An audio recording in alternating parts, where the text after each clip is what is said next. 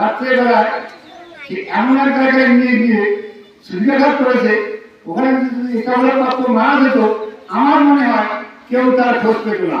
যে খুন করছে ওই ছেলে সারাদিন ক্যাসিনো জুয়া মদ গাঁজা নানান রকমের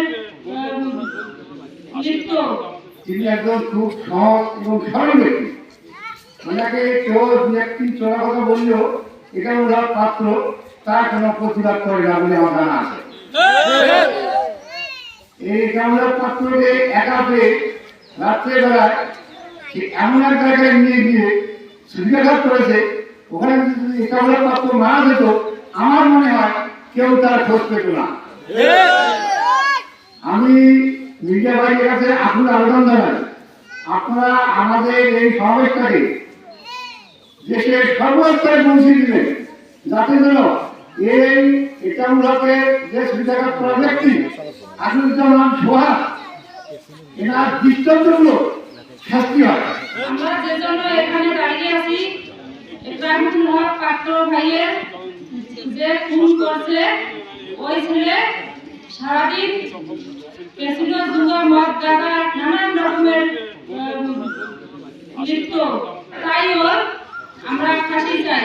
তখন সোহাগ বলছে, বেটা আমি তো খুন করার জন্যে আনছো, আমার স্বামী দ্রোহ করছে, ভাইয়া আমাকে তুমি জাগে নিয়ে যাচ্ছ, বলে আমি তোমার কি অপরাধ করছি, তা তুমি আমাকে জবাই করে, বলে বেটা আমি তোমাকে জবাই করে রাখতে এখানে নিয়ে আসছি। এই কামড়কে আমি নিজে দেখেছি। এই কামড় হকের মুখে যেভাবে আঘাত করেছে এটা সত্যি তাকে এটা প্রমাণ করলে তাকে মেরে ফেলার জন্য করেছে। আর এই মেরে ফেলাটা একটা মানুষকে জীবনে মেরে ফেলা এটা কিরকম এত ধিক্কার জন্য এই ঘটনাকে আমি ধিক্কার জানাই এবং এটা একটা দৃষ্টান্তমূলক সরকার ও সরকার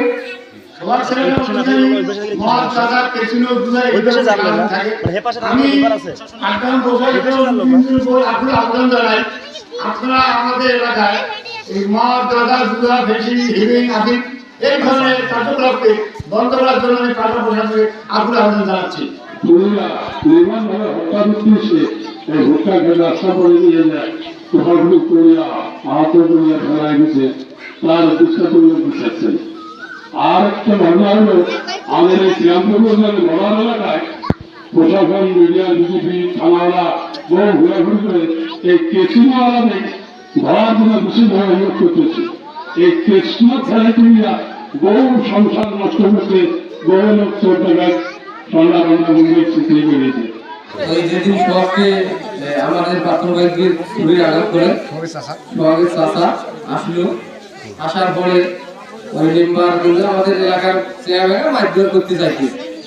তা আমরা বলছি মানে মারধর করি নেই কেউ, তো শুধু জমিদার আসলে ফোন দিলে থানা, তারপরে উল্টোপাল্টা কথা বলতেছে যে থানায় আমি এগুলি কত মামলা খেয়ে ফেলেছি, থানায় টাকা দিলে আমি এগুলি মামলা অটে ফেলাবো, এইভাবে বলে বিভিন্ন রকম হুমকি দেয়। তারপরে ফোনে আমাদের আরো একটা কবিতা ছিল, ওনার নাম জানি না, ওর সাথে সাথে অ্যাকচুয়ালি উনি খারাপ কিছু বলে নাই।